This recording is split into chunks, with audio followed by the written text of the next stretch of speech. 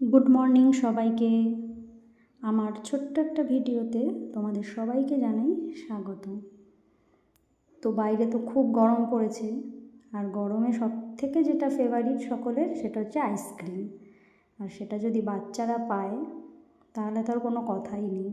তো বাবি যে আইসক্রিমটা খাচ্ছে ভীষণই হেলদি। তো চলো কী করে বানালাম তোমাদের সাথে শেয়ার করি। এখানে আমি কিছুটা মাখানা নিয়েছি, যেটা গরম দুধে ভিজিয়ে দিয়েছি, এবং তার সাথে নিয়েছি কিছুটা খেজুর, আলমন্ড, কাজু, কিশমিশ। প্রত্যেকটা জিনিসই ভীষণই হেলদি, আর এটা বাচ্চাদের জন্য কিন্তু ভীষণ উপকারী।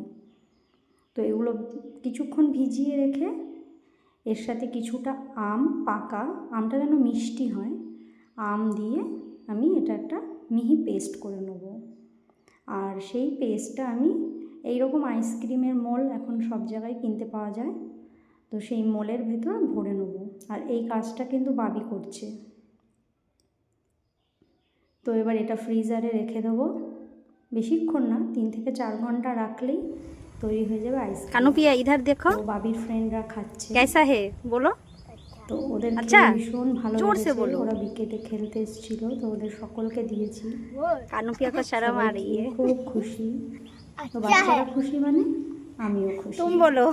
তো কেমন লাগলো তোমাদের ভিডিওটা অবশ্যই জানাবে। বাই।